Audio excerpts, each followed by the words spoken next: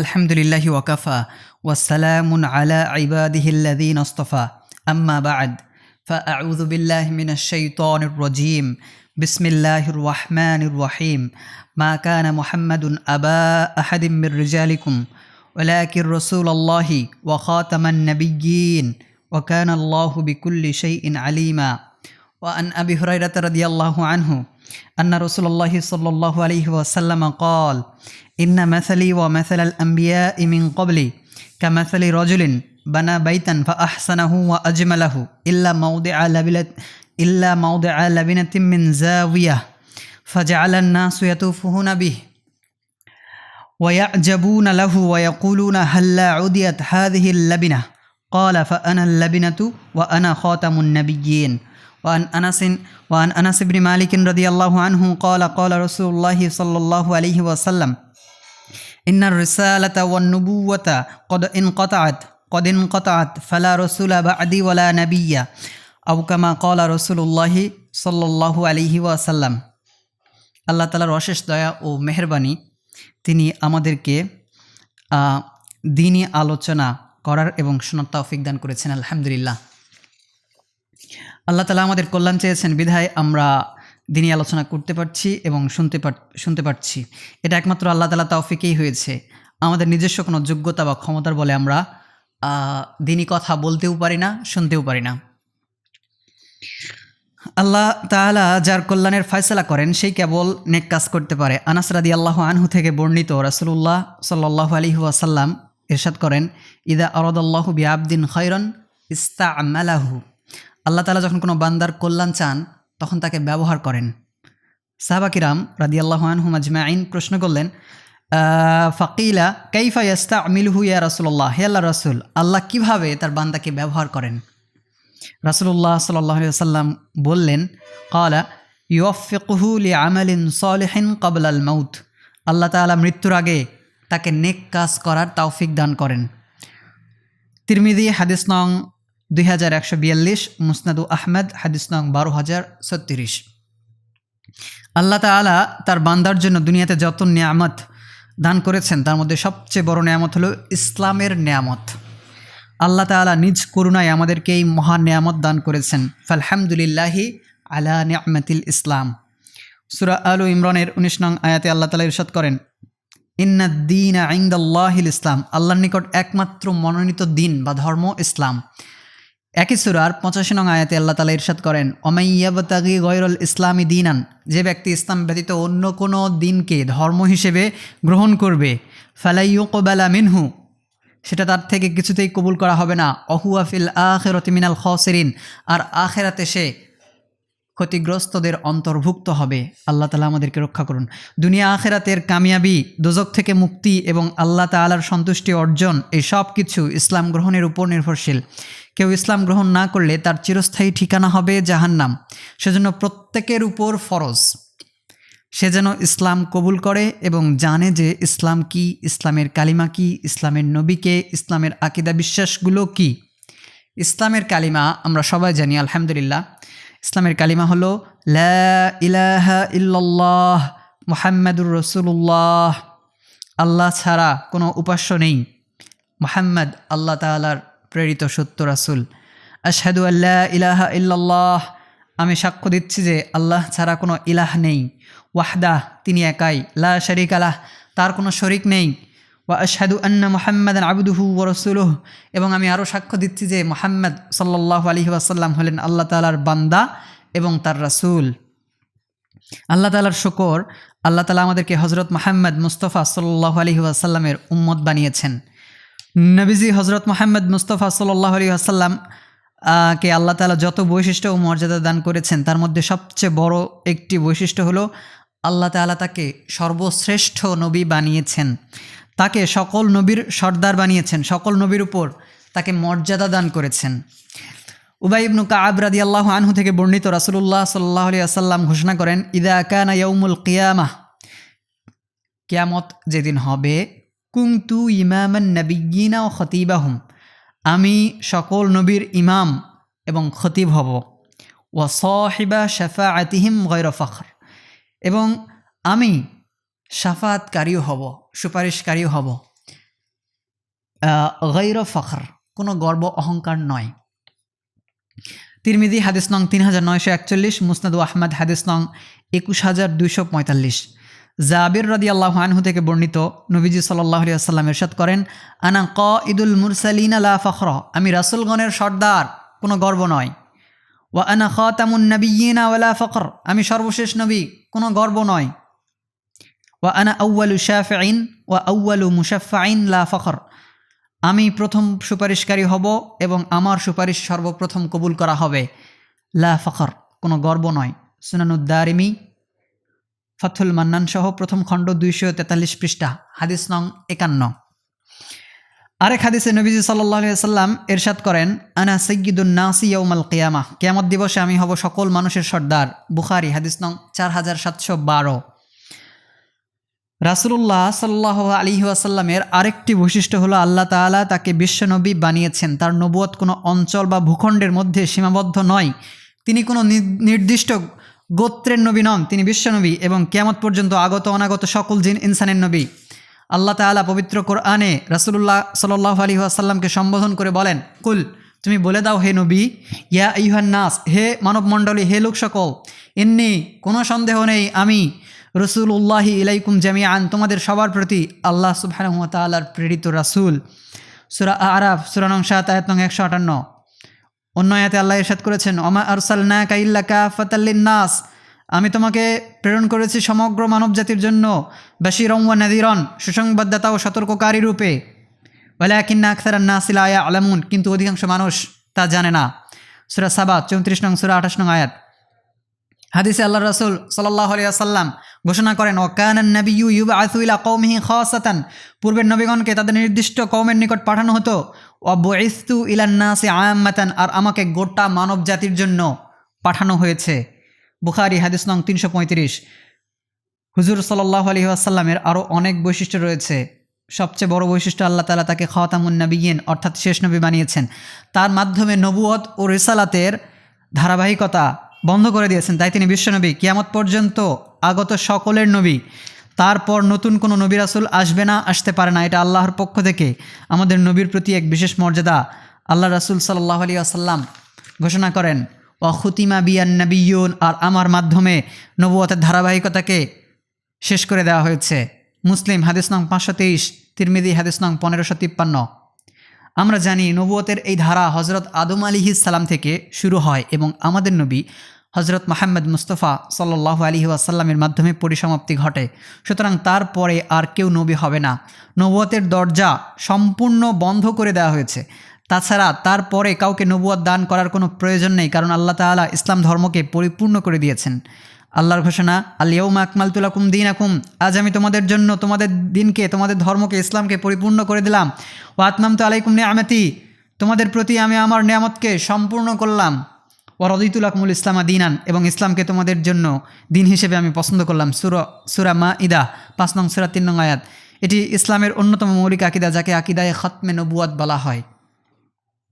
ইসলামের মৌলিক আকীদা এই যে আল্লাহর পক্ষ থেকে নবুয়ত ও রিসালাত প্রদানের ধারা হুজুর সাল্লাল্লাহু আলাইহি ওয়াসাল্লামের উপর সমাপ্ত। এখন আর কোনো নতুন নবী বা নতুন রাসূল আসবে না। খতমে নবুয়তের এই বিশ্বাসকে বলা হয় আকীদায়ে খতমে নবুয়ত। এটা ইসলামের মৌলিক আকীদা। এই আকীদার প্রতি সন্দেহ পোষণ করলে ঈমান থাকে না। খতমে নবুয়ত আকীদার প্রতি সন্দেহ পোষণ করলে ঈমান থাকে না, সঙ্গে সঙ্গে সে অমুসলিম হয়ে যায়। কোনো অমুসলিম যদি ইসলাম গ্রহণ করে কিন্তু আকীদা বিশ্বাস না করে বা এর প্রতি সামান্যতম কোনো সন্দেহ পোষণ করে, তাহলে সে মুসলমান হয়ইনি, বরং এখনও সে অমুসলিমই রয়ে গেছে, যতক্ষণ না সে হুজুর সাল্লাল্লাহু আলাইহি ওয়াসাল্লামকে খাতামুন নাবিয়্যিন হিসেবে গ্রহণ করবে এবং বিশ্বাস করবে যে তিনি বিশ্বনবী এবং সর্বশেষ নবী। তার আনিত শরীয়ত, সর্বশেষ শরীয়ত, তার উপর অবতীর্ণ কিতাব, সর্বশেষ আসমানি কিতাব, এবং তার উম্মত, সর্বশেষ উম্মত। আল্লাহ তাআলা এই আকীদার কথা কোরআনের বিভিন্ন আয়াতে বিভিন্নভাবে বলেছেন। প্রায় 99টি আয়াতে আল্লাহ তাআলা এই আকীদার কথা বলেছেন, কোথাও স্পষ্টভাবে, আবার কোথাও ইশারায় ইঙ্গিতে। খুতবায় যে আয়াত তিলাওয়াত করা হয়েছে তাতে আল্লাহ তাআলা স্পষ্টভাবে মানুষকে এই আকীদা শিক্ষা দিয়েছেন। আল্লাহ তাআলা ইরশাদ করছেন, মা কানা মুহাম্মাদুন আবা আহাদিম মির রিজালিকুম, মুহাম্মদ তোমাদের কোনো পুরুষের পিতা নন, তোমাদের কোনো পূর্বপুরুষের পিতা নন। ওয়ালাকির রাসূলুল্লাহ, কিন্তু তিনি আল্লাহর রাসূল। ওয়া খাতামান নাবিয়্যিন, এবং তিনি সর্বশেষ নবী। ওয়াকান আল্লাহু বিকুল্লি শাইইন আলিমা, আল্লাহ তাআলা সব বিষয়ে জ্ঞাত। নবুয়ত ও রিসালাতের যে ধারা হজরত আদম আলাইহিস সালাম থেকে চলে আসছিল, হজরত মুহাম্মদ মুস্তাফা সাল্লাল্লাহু আলাইহি ওয়াসাল্লামের মাধ্যমে আল্লাহ তাআলা তার পরিসমাপ্তি ঘটিয়েছেন। তিনি শেষ নবী, তারপর আর কাউকে নবুয়ত বা রিসালাত দান করা হবে না। মারিফুল কোরআন, তাফসিরে মারিফুল কোরআনের লেখক মুফতি শফি রাহিমাহুল্লাহ খতমে নবুয়ত নামে একটি কিতাব রচনা করেছেন। কিতাবটির 3টি অংশ। প্রথম অংশে তিনি এ বিষয়ে 99টি আয়াত একত্র করেছেন এবং সেগুলোর ব্যাখ্যা বিশ্লেষণ করে প্রমাণ করেছেন, সংক্ষিপ্ত আলোচনা করেছেন। ইসলামের এই মৌলিক আকিদাটি যেমন কোরআন মাজিদের বহু আয়াতে আলোচিত হয়েছে, তেমনিভাবে রাসূলুল্লাহ সাল্লাল্লাহু আলাইহি ওয়াসাল্লামের অসংখ্য হাদিসে তা সুস্পষ্টভাবে বিবৃত হয়েছে। শুরুতে একটি হাদিস পাঠ করা হয়েছে যেখানে আল্লাহ রাসূল সাল্লাল্লাহু আলাইহি ওয়াসাল্লাম বিষয়টি একটি উদাহরণ দিয়ে বুঝিয়েছেন। হাদিসটি বুখারী, মুসলিম সহ হাদিসের প্রায় সকল কিতাবে আছে। হুজুর সাল্লাল্লাহু আলাইহি ওয়াসাল্লাম ইরশাদ করছেন, আমার এবং পূর্ববর্তী নবীদের উদাহরণ হলো এক ব্যক্তির মতো যে একটি প্রাসাদ নির্মাণ করলো অত্যন্ত চমৎকার ও দৃষ্টিনন্দন করে, তবে প্রাসাদের এক কোণায় একটি ইট পরিমাণ জায়গা খালি রেখে দিল। মানুষ দেখতে আসা শুরু করলো এবং তার সৌন্দর্যের কারণে আশ্চর্য বোধ করতে লাগলো এবং তারা বলতে লাগলো, কেন এই ইটের খালি স্থানটি পূর্ণ করা হয়নি? রাসূলুল্লাহ সাল্লাল্লাহু আলাইহি ওয়াসাল্লাম বললেন, আমি সেই ইট, আমি শেষ নবী। এখানে আল্লাহ রাসূল সাল্লাল্লাহু আলাইহি ওয়াসাল্লাম নবুয়তের ধারাবাহিকতাকে একটি প্রাসাদের সঙ্গে তুলনা করেছেন। হযরত আদম আলাইহিস সালাম থেকে শুরু করে এক একজন নবী এসেছেন আর নবুয়তের প্রাসাদে এক একটি করে ইট সংযুক্ত হয়েছে। এভাবে আস্তে আস্তে যখন হযরত ঈসা আলাইহিস সালাম এলেন তখন নবুয়তের প্রাসাদের সব কয়টি ইট লেগে গেল, কিন্তু একটি মাত্র খালি জায়গা ছিল। রাসূলুল্লাহ সাল্লাল্লাহু আলাইহি ওয়াসাল্লাম বললেন, নবুয়তের প্রাসাদের ওই শেষ ইটটি আমি, আমার মাধ্যমে প্রাসাদটি পরিপূর্ণ হয়েছে, সুতরাং আমি শেষ নবী, আমার পরে আর কোনো নবী নেই। এভাবে আল্লাহ রাসূল সাল্লাল্লাহু আলাইহি ওয়াসাল্লাম বিভিন্ন সময় বিভিন্নভাবে খতমে নবুয়তের বিষয়টি বুঝিয়েছেন। বুখারী, মুসলিম, তিরমিজি, আবু দাউদ, নাসাই, ইবনু মাজা, মুসনাদু আহমদ, মুসান্নাফু ইবনে আবি শাইবা, মুসান্নাফু আব্দুর রাজ্জাক, সহিহ ইবনে হিব্বান, সহিহ ইবনে খুজাইমা সহ হাদিসের সকল নির্ভরযোগ্য কিতাবে এ বিষয়ে অসংখ্য হাদিস রয়েছে। তাছাড়া গোটা উম্মতে মুসলিমার সর্বসম্মত আকিদা হলো আমাদের বিশ্বনবী হজরত মুহাম্মদ সাল্লাল্লাহু আলাইহি ওয়াসাল্লামই শেষ নবী, তারপরে আর কাউকে নবুয়ত দান করা হবে না। উম্মতে মুসলিমার ছোট বাচ্চারাও জানে আমাদের নবীর পরে আর কোনো নতুন নবী নেই। এখানে লক্ষণীয় বিষয় হলো আল্লাহ তাআলা তো চাইলে 2-1 আয়াতের মাধ্যমে এই আকিদাটি তার বান্দাকে শিক্ষা দিতে পারতেন, তেমনিভাবে আল্লাহ রাসূল সাল্লাল্লাহু আলাইহি ওয়াসাল্লাম চাইলে একটি বা 2টি হাদিসের মাধ্যমে বিষয়টি বলে দিতে পারতেন। এত বিশাল সংখ্যক আয়াত ও হাদিসের মাধ্যমে এই আকিদা কেন শিক্ষা দেওয়া হলো? এর হিকমত আসলে কি? আসলে খতমে নবুয়তের আকিদাটি ইসলামের এত গুরুত্বপূর্ণ একটি মৌলিক আকিদা যে তা ঠিক না থাকলে ইসলামের অস্তিত্বই থাকবে না। ইসলাম ও তার সাথে সম্পৃক্ত যা কিছু রয়েছে সবই খতমে নবুয়তের আকিদার সাথে সংযুক্ত। সেজন্য কোরআন ও হাদিসে এই আকিদা এত গুরুত্বের সঙ্গে শিক্ষা দেওয়া হয়েছে। আল্লাহ রাসূল সাল্লাল্লাহু আলাইহি ওয়াসাল্লাম একদিকে অসংখ্য হাদিসে কথা বলেছেন যে তারপরে আর কোনো নবী নেই, অন্যদিকে এই বিষয়ে উম্মতকে অত্যন্ত কঠোরভাবে সতর্ক করেছেন যে ইসলামের মূলোৎপাটন করার জন্য একদল মিথ্যাবাদী ও ধোঁকাবাজ জন্ম নেবে, যারা মানুষের সঙ্গে প্রতারণা করবে এবং এই মিথ্যা দাবি করবে যে তারাও আল্লাহ তাআলার পক্ষ থেকে প্রেরিত নবী ও রাসূল। নাউযুবিল্লাহ। কারণ ওইসব ভণ্ড প্রতারকদের জানা আছে যদি আকিদায়ে খতমে নবুয়তকে নষ্ট করা যায় তাহলে ইসলামকে গোড়া থেকে মুছে ফেলা সম্ভব হয়ে যাবে, খুব দ্রুত ইসলামকে মুছে ফেলা যাবে। তাই নবীজি উম্মতকে ওই সকল ধোঁকাবাজ ও নবুয়তের মিথ্যা দাবিদারদের থেকে বাঁচানোর জন্য অত্যন্ত সুস্পষ্টভাবে সতর্ক করে গিয়েছেন। আবু হুরায়রা রাদিয়াল্লাহু আনহু থেকে বর্ণিত হাদিসে হুজুর সাল্লাল্লাহু আলাইহি ওয়াসাল্লাম ইরশাদ করেন, লা তাকুমুস সাআতু হাত্তা ইউবআসা দাজ্জালুনা কাযযাবুনা করিবুম মিন 30। কিয়ামত সংঘটিত হবে না যতক্ষণ না প্রায় 30 জন মিথ্যাবাদী ধোঁকাবাজের আবির্ভাব হবে, 30 জন দাজ্জালের আবির্ভাব হবে। কুল্লুহুম ইয়াজুমু আন্নাহু রাসূলুল্লাহ। এই প্রত্যেকটা দাজ্জাল, প্রত্যেকটা কাযযাব, এই প্রত্যেকটা মিথ্যুক দাবি করবে সে আল্লাহর রাসূল। সহিহ বুখারী হাদিস নং 3609, সহিহ মুসলিম হাদিস নং 157, সুনানুত তিরমিজি হাদিস নং 2218। কোনো ধোঁকাবাজ, কোনো প্রতারক ও নবুয়তের মিথ্যা দাবিদার যেন আমাদের ঈমান নিয়ে ছিনিমিনি খেলতে না পারে, সেজন্য রাসূলুল্লাহ সাল্লাল্লাহু আলাইহি ওয়াসাল্লাম সুস্পষ্ট ভাষায় তার পেয়ারা উম্মতকে সতর্ক করেছেন। ইসলামের 1450 বছরের ইতিহাসে অনেক ভণ্ড ও প্রতারক নিজেদেরকে নবী দাবি করেছে। খোদ রাসূলুল্লাহ সাল্লাল্লাহু আলাইহি ওয়াসাল্লামের জামানায় আসওয়াদ আনাসি ও মুসাইলামা কাযযাব নামে 2 লোক নিজেদেরকে নবী দাবি করে লাঞ্ছিত ও অভিশপ্ত হয়েছে। এরপর বিভিন্ন যুগে বিভিন্ন এলাকায় নবুয়তের মিথ্যা দাবিদাররা আত্মপ্রকাশ করেছে, কিন্তু প্রত্যেক যুগের উলামা কিরাম, সাধারণ পাক্কা ইমানদার মুসলমানগণ ও শাসকবৃন্দ সকলেই সকলের অবস্থান থেকে তাদের ব্যাপারে নিজেদের জিম্মাদারি আদায় করেছেন এবং উম্মতকে তাদের ভণ্ডামি, প্রতারণা ও জঘন্য কুফরি থেকে রক্ষা করেছেন। সাধারণ পাক্কা ইমানদার মুসলমানগণ সহি ইসলামের ব্যাপক চর্চা করেছেন। তারা এ ধরনের প্রতারকদের দাওয়াত কোনোভাবেই গ্রহণ করেননি। ওলামায়ে কেরাম তাদের প্রতারণা সম্পর্কে জনসাধারণকে সচেতন করেছেন এবং ইসলামের সহি তালিম মানুষের সামনে তুলে ধরেছেন। দাওয়াত, তালিম, রচনা, তাসনিফ ও ওয়াজ নসিহতের মাধ্যমে ইমান ও আকিদার বিষয়গুলোকে সমাজে তরতাজা রেখেছেন। আর এ ধরনের প্রতারকদের সমস্ত প্রতারণার দলিলের আলোকে ধরিয়ে দিয়েছেন এবং নিজ নিজ যুগের শাসকদেরকে তাদের কুফরির ভয়াবহতার বিষয়ে সচেতন করেছেন। শাসকগণ তাদের বিষয়ে ইসলামী শরীয়তের বিধান বাস্তবায়ন করেছেন। শরীয়তের দণ্ডবিধি হিসেবে তারা কারো উপর মুরতাদের শাস্তি প্রয়োগ করেছেন। আর যারা তাদের দুর্ভাগা অনুসারীদের নিয়ে মুসলিম উম্মার বিরুদ্ধে দাঁড়িয়েছিল তাদের বিরুদ্ধে জিহাদ করেছেন। এভাবে চলতে চলতে আমাদের ভারত উপমহাদেশের পাঞ্জাব প্রদেশের গুরুদাসপুর জেলার অন্তর্গত কাদিয়ান নামক এলাকায় নবুয়তের মিথ্যা দাবিদার আরেক ভণ্ডের জন্ম হয়। সে ইংরেজদের ছত্রছায়ায় তাদেরই মদতপুষ্ট হয়ে নবুয়তের মিথ্যা দাবি করে। আমাদের অনেকেরই জানা আছে সেকালে ভারত উপমহাদেশে মুসলমানদের সবচেয়ে বড় দুশমন ছিল ইংরেজরা। তারা ব্যবসার নামে এই উপমহাদেশে অনুপ্রবেশ করেছে ইসলামকে ধ্বংস করার জন্য। তারা বিভিন্ন পন্থায় ভারত উপমহাদেশ থেকে ইসলামের নাম নিশানা মুছে ফেলার আপ্রাণ চেষ্টা চালিয়েছিল। এর মধ্যে সবচেয়ে মারাত্মক ও ভয়াবহ বিষয় হলো ইসলামকে গোড়া থেকে ধ্বংস করে দেওয়ার জন্য তারা আকিদায়ে খতমে নবুয়তের উপর হাত দিল। তারা চিন্তা করলো যদি মুসলিমদের মাঝে কাউকে নবী নাম দিয়ে দাঁড় করিয়ে দেওয়া যায় তাহলে সহজেই ইসলামকে বিকৃত করে ফেলা সম্ভব হবে। তাকে দিয়ে মুসলমানদের ইমানি চেতনা ও ইসলামী মূল্যবোধকে শেষ করে দেওয়া যাবে। এ কাজের জন্য তারা উপযুক্ত মনে করলো মির্জা গোলাম আহমদ কাদিয়ানিকে। মির্জা গোলাম আহমদ কাদিয়ানি মূলত ইংরেজদের হাতেই তৈরি।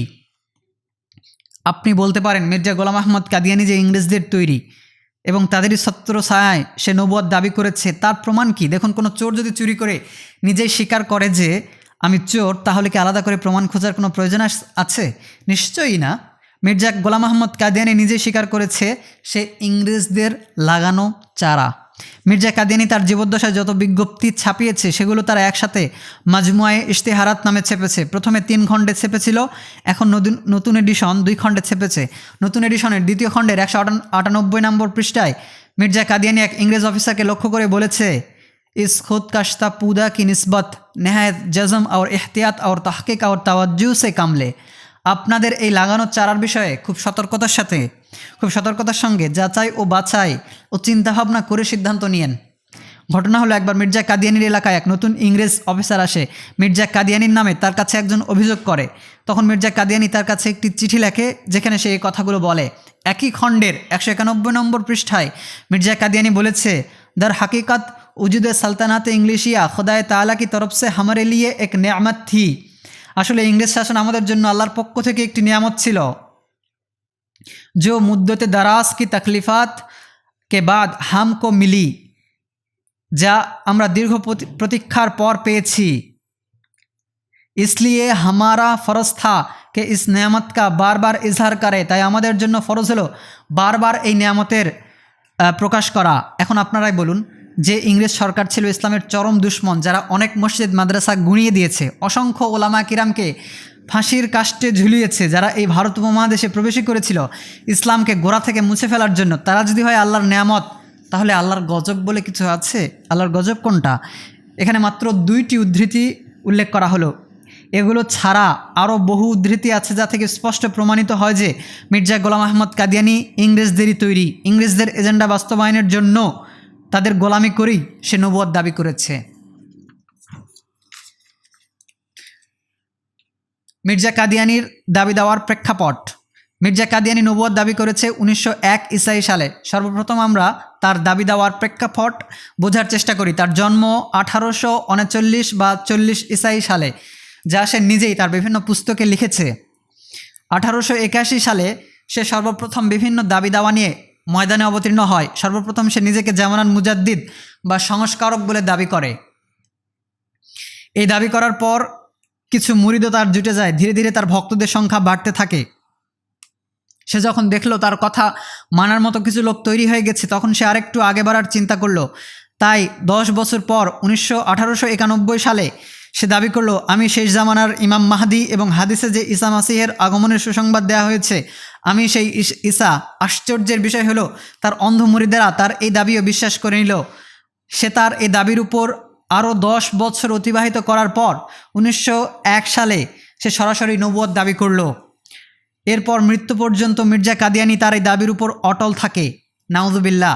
আসলে মির্জা কাদিয়ানিও তার নবুয়ত দাবির আগে 1901 ঈসাই সালের আগে বিভিন্ন বইপত্রের বিভিন্ন স্থানে কথা লিখেছিল যে আল্লাহ রাসূল সাল্লাল্লাহু আলাইহি ওয়াসাল্লামই শেষ নবী, তারপরে আল্লাহর আর কোনো নবী নেই।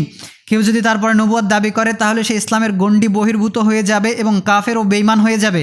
মির্জা কাদিয়ানির একটি বইয়ের নাম হামামাতুল বুশরা বা সুসংবাদবাহী পায়রা। বইটি 1901 ঈসাই সালের আগে লেখা। কাদিয়ানিরা এটাকে বাংলা ভাষায় অনুবাদ করে এদেশে তাদের মূল কেন্দ্র বকশীবাজার থেকে ছেপেছে। এই বইয়ের 48 নং পৃষ্ঠায় কাদিয়ানি বলেছে, তুমি কি জানো না আমাদের দয়ালু কৃপালু প্রভু আমাদের মহানবী সাল্লাল্লাহু আলাইহি ওয়াসাল্লামকে বিনা ব্যতিক্রমে খাতামুন নাবিয়্যিন আখ্যা দিয়েছেন? তুমি কি জানো না আমাদের নবী সাল্লাল্লাহু আলাইহি ওয়াসাল্লাম সত্যান্বেষীদের জন্য নিজ উক্তি লা নাবিয়্যা বা'দিতে সুস্পষ্টভাবে এর প্রাঞ্জল ব্যাখ্যা করেছেন? আমাদের নবী সাল্লাল্লাহু আলাইহি ওয়াসাল্লামের পর আমরা যদি কোনো নবীর আগমনকে বৈধ আখ্যা দেই তাহলে আমাদেরকে নবুয়তের ওহী বন্ধ হওয়ার পর এটিকে অব্যাহত রাখার বৈধতা খুঁজতে হবে। এখানে মির্জা কাদিয়ানী সুস্পষ্টভাবে বলেছে যে আল্লাহর রাসূল সাল্লাল্লাহু আলাইহি ওয়াসাল্লামই শেষ নবী, তারপর আর কোনো নবী নেই। এই বইয়েরই 142 নং পৃষ্ঠায় কাদিয়ানী আরও বলে, আর আমার দ্বারা নবুয়তের দাবি করে ইসলাম থেকে বহিষ্কৃত হওয়া এবং কাফের জাতির অন্তর্ভুক্ত হয়ে যাওয়া মোটেও সম্ভবপর নয়। কয়েক লাইন পরে গিয়ে সে আরও লেখে, সেক্ষেত্রে আমি মুসলমান হয়েও কিভাবে নবী হওয়ার দাবি করতে পারি? খুব সুস্পষ্টভাবেই মির্জা কাদিয়ানী এখানে স্বীকারোক্তি দিল যে আল্লাহ রাসূল সাল্লাল্লাহু আলাইহি ওয়াসাল্লামই শেষ নবী, তারপরে কেউ নবুয়ত দাবি করলে সে কাফের ও ইসলামের গণ্ডি বহির্ভূত। কাদিয়ানী সম্প্রদায় যখন সাধারণ মুসলমানদের দাওয়াত দেয় তখন তারা এ জাতীয় উদ্ধৃতিগুলো দেখায়, বলে দেখুন আমরাও খতমে নবুয়তের আকিদায় বিশ্বাস করি, আল্লাহ রাসূল সাল্লাল্লাহু আলাইহি ওয়াসাল্লামকে শেষ নবী মনে করি। দেখুন আমাদের হজরত নিজেই লিখে গিয়েছেন। আলেমরা অযথা আমাদের উপর মিথ্যা অপবাদ দেয় যে আমরা নাকি খতমে নবুয়তের আকিদা অস্বীকার করি। এটা কাদিয়ানী সম্প্রদায়ের মস্ত বড় ধোঁকা ও প্রতারণা। আসল বিষয়টি আমাদের জানা না থাকলে আমরা বিভ্রান্তিতে পড়তে পারি। বিষয়টি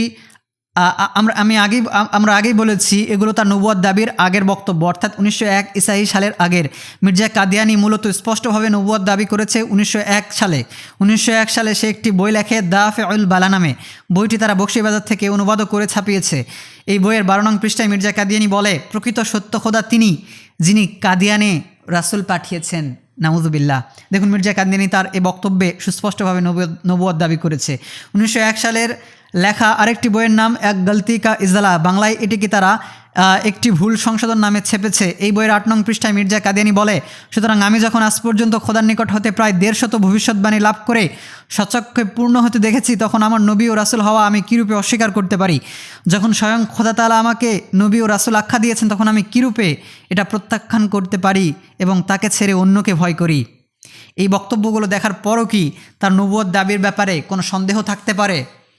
এগুলো একেবারে স্পষ্ট বক্তব্য। 1901 ঈসাই সালের আগে মির্জা কাদিয়ানী নিজেই বলেছে যে আল্লাহর রাসূলের পর সাল্লাল্লাহু আলাইহি ওয়াসাল্লাম নবুয়তের দাবিদার কাফের এবং ইসলামের গণ্ডি বহির্ভূত।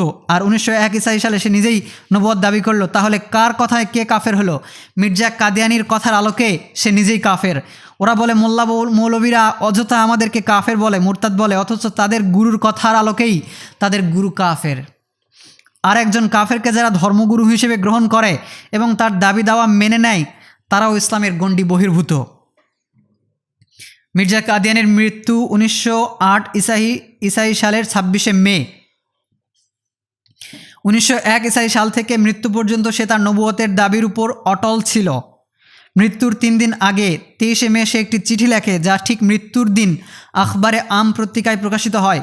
বাংলাদেশে তাদের মূল কেন্দ্র বকশীবাজার থেকে প্রকাশিত নবুয়ত ও খেলাফত নামক বইয়ের 76 নং পৃষ্ঠায় সেই চিঠির মূল অংশ তুলে ধরা হয়েছে। সেখানে মির্জা কাদিয়ানী বলেছে, আল্লাহর আদেশ মোতাবেক আমি একজন নবী। আমি এই দাবি অস্বীকার করলে আমার পাপ হবে। যেহেতু আল্লাহ আমাকে নবী নাম দিয়েছেন আমি তা কিভাবে প্রত্যাখ্যান করতে পারি? আমি মরণ পর্যন্ত এই বিশ্বাস আঁকড়ে থাকব। এছাড়াও আরও অসংখ্য উদ্ধৃতি আছে যা তার নবুয়ত দাবির বিষয়ে মাত্র কয়েকটি উদ্ধৃতি পেশ করা হলো। কাদিয়ানীরা সূচনালগ্ন থেকেই ধোঁকাবাজ ও প্রতারক একটা গোষ্ঠী। তারা সাধারণ মুসলমানদের দাওয়াত দেওয়ার সময় মির্জা কাদিয়ানীর নবুয়ত দাবির বিষয়টা এড়িয়ে যায়। তারা মির্জা কাদিয়ানীর মাহদি ও মাসি হওয়ার দাবি করার কথাটাই প্রথমে বলে। এর উপরই তারা বয়াত নেয়, কারণ শুরুতেই যদি মির্জা কাদিয়ানীর নবুয়ত দাবির বিষয়টা তুলে ধরে তাহলে তো তাদের গোমর ফাঁস হয়ে যাবে, তাদের গোমরাহি মানুষ বুঝে ফেলবে। কিন্তু মাহদি ও মাসি আসার বিষয়টি যেহেতু ইসলামে স্বীকৃত, তাই এই দাবির মাধ্যমে মানুষকে সহজেই ধোঁকা দেয়া যাবে। তারপর যখন কেউ তাদের ফাঁদে পা দেয় এবং বায়াতের ফরম পূরণ করে তাদের দলে ভিড়ে যায়, তখন ধীরে ধীরে তাদেরকে মৌলিক আকিদাগুলো শেখানো হয়। মূলত কাদিয়ানী সম্প্রদায় কাফের হওয়ার প্রধান ও মূল কারণ হলো ইনকারে দিন তাবদিলে দিন, অর্থাৎ ধর্ম পরিবর্তন। তারা খতমে নবুয়তের আকিদাকে অস্বীকার করে মির্জা গোলাম আহমদ কাদিয়ানীকে নবী হিসেবে গ্রহণ করার কারণে রাসূলুল্লাহ সাল্লাল্লাহু আলাইহি ওয়াসাল্লামের উম্মত থেকে বের হয়ে গেছে। কারণ নবী ভিন্ন হলে উম্মত ভিন্ন হয়ে যায়, ধর্ম ভিন্ন হয়ে যায়। কোনো ইহুদি বা খ্রিস্টান যখন হজরত মুহাম্মদ মুস্তাফা সাল্লাল্লাহু আলাইহি ওয়াসাল্লামের উপর ঈমান এনে তাকে শেষ নবী বিশ্বাস করে, তখন সে আর ইহুদি বা খ্রিস্টান থাকে না, সে মুসলিম হয়ে যায়। কেননা কেউ নতুন নবীর উপর ঈমান আনলে সে আগের নবীর উম্মত থেকে বের হয়ে নতুন নবীর উম্মতের অন্তর্ভুক্ত হয়ে যায়। ঠিক তেমনি কেউ মির্জা গোলাম আহমদ কাদিয়ানীর উপর ঈমান আনে এবং তাকে নবী বলে যদি বিশ্বাস করে, সে আর মুসলমান থাকে না, কারণ সে হজরত মুহাম্মদ মুস্তাফা সাল্লাল্লাহু আলাইহি ওয়াসাল্লামের পর আরেকজন নবুয়তের মিথ্যা দাবিদারের উপর ঈমান এনেছে। অতএব গোটা কাদিয়ানী সম্প্রদায় মির্জা গোলাম আহমদ কাদিয়ানীকে নবী মানার কারণে ইসলাম ধর্ম থেকে বের হয়ে গেছে। তাদের ধর্মের নাম কাদিয়ানী ধর্ম, ইসলাম ধর্ম নয়। সুতরাং তাদেরকে মুসলমান বলা জায়েজ নেই। রাসূলুল্লাহ সাল্লাল্লাহু আলাইহি ওয়াসাল্লামের আনিত ইসলাম ধর্ম আর মির্জা গোলাম আহমদ কাদিয়ানীর বানোয়াট ধর্মের মধ্যে বিন্দুমাত্র সম্পর্ক নেই। এটা শুধু আমাদের বক্তব্য নয়, এবং এটা কাদিয়ানীদের নিজস্ব বক্তব্য। তাদের গুরুর বক্তব্য ও লিখনীতে বিষয়টি স্পষ্টভাবে বিবৃত হয়েছে। মির্জা কাদিয়ানীর বড় ছেলে ও কাদিয়ানী সম্প্রদায়ের দ্বিতীয় খলিফা মির্জা বশিরউদ্দিন মাহমুদ তার এক বক্তব্যে মির্জা কাদিয়ানীর একটা কথা উদ্ধৃত করেছে। সেটা কাদিয়ানী সম্প্রদায়ের মুখপত্র দৈনিক আল ফজলে 21 আগস্ট 1917 ইসাই সালে ছাপা হয়েছে। মির্জা মাহমুদ বলেছে, বাংলা তর্জমা, হজরত মাসিহ মাউউদ তো বলেছেন তাদের ইসলাম অর্থাৎ মুসলমানদের ইসলাম ভিন্ন আর আমাদের ইসলাম ভিন্ন, অর্থাৎ তাদের খোদা ভিন্ন আমাদের খোদা ভিন্ন, আমাদের হজ ভিন্ন তাদের হজ ভিন্ন। এমনিভাবে প্রতিটি বিষয়ে তাদের সাথে আমাদের পার্থক্য রয়েছে। উদ্ধৃতি সমাপ্ত হলো। তেমনিভাবে কাদিয়ানী সম্প্রদায়ের প্রথম খলিফা হাকিম নুরউদ্দিনের বক্তব্যেও তা সুস্পষ্টভাবে এসেছে। সে তার একটি বক্তব্যে বলেছে,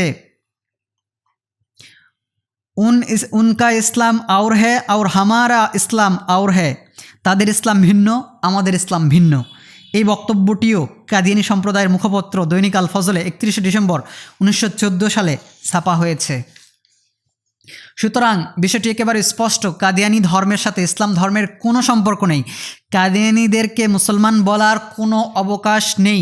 অতএব তাদের কাফের হওয়ার প্রধান ও মূল কারণ হলো তারা খতমে নবুয়তের আকিদাকে অস্বীকার করে আল্লাহ রাসূল সাল্লাল্লাহু আলাইহি ওয়াসাল্লামের পর মির্জা গোলাম আহমদ কাদিয়ানীকে নবী হিসেবে গ্রহণ করেছে। তারা মির্জা গোলাম আহমদ কাদিয়ানীর উপর ঈমান আনার মাধ্যমে ইসলাম ধর্ম পরিবর্তন করে কাদিয়ানী ধর্ম গ্রহণ করেছে। এটাই কাদিয়ানী সম্প্রদায়ের কাফের হওয়ার প্রধান ও মৌলিক কারণ।